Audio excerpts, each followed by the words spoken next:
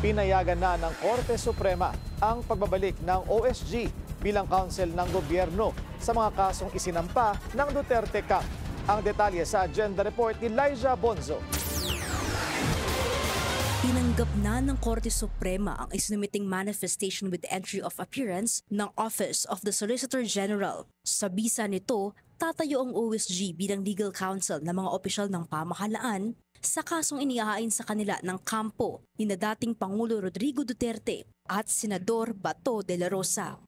Una nang nagbigay ng pahayag ang legal counsel ni de la Rosa. Giit ni Atty. Israelito Torion, sa pagpasok ulit ng OSG sa kaso, tila nagkaroon daw ng unexplained shift ang OSG sa naunang desisyon nito na walang legal na basihan o obligasyon ang Philippine government para makipag-coordinate sa ICC. Matatandang sa ilalim ni dating Solicitor General Menardo Guevara, nag-recuse ang OSG mula sa petisyong inihain ng mga anak ni dating Pangulo Duterte na humihiling na pabalikin ito sa Pilipinas. Paliwanag nito noon, maaaring hindi nito marepresenta ang mga kawani ng gobyerno na respondent sa kaso dahil sa naunang desisyon nito na walang jurisdiction ng ICC sa Pilipinas.